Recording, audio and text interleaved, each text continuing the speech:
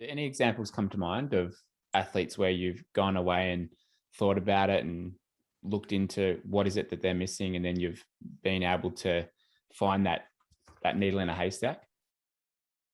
Yeah, I mean, definitely. There's many, there's multiple instances over the years.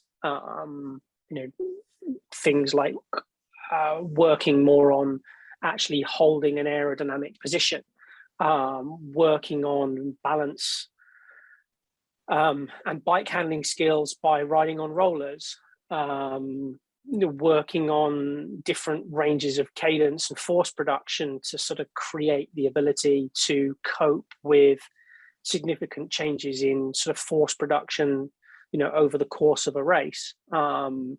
Looking at ways of assessing neurological fatigue in athletes who are hypersensitive to neurological fatigue, and trying to monitor that. Some athletes, I've had two athletes, similar performance capabilities, male pros, similar talent, sort of similar build. One individual hypersensitive to neurological fatigue, and the other individual just a blunt hammer, just needs to do, a massive amount of work to stimulate their parasympathetic system leading into a race, whereas the other individual needs to do very little work and lots of super easy volume to stimulate their parasympathetic system, and ensure that their taper goes well. And that's where it gets really interesting, because I think in this day and age, with so many coaches and businesses are wrapped up in, metrics and monitoring load, and unfortunately, a human being is a dynamic, complex system, and so you have to understand it from a in this day and age from a biopsychosocial perspective. Somebody may be under a lot of emotional stress because they've bought a house and they have a mortgage, and there's just an underlying I'm just really anxious, and they might not sort of verbalize that, and sometimes you need to work on your people skills and communication skills to get your head around that, and there are others that just compartmentalize that and they're like, no, I'm just gonna crack on, and so there's a complexity that can't really be simplified, and I still don't think it can be simplified fully by using AI or relying on certain metrics. Things like this day and age, things like HRV, things like neuromuscular fatigue and counter movement jumps, things like training stress scores.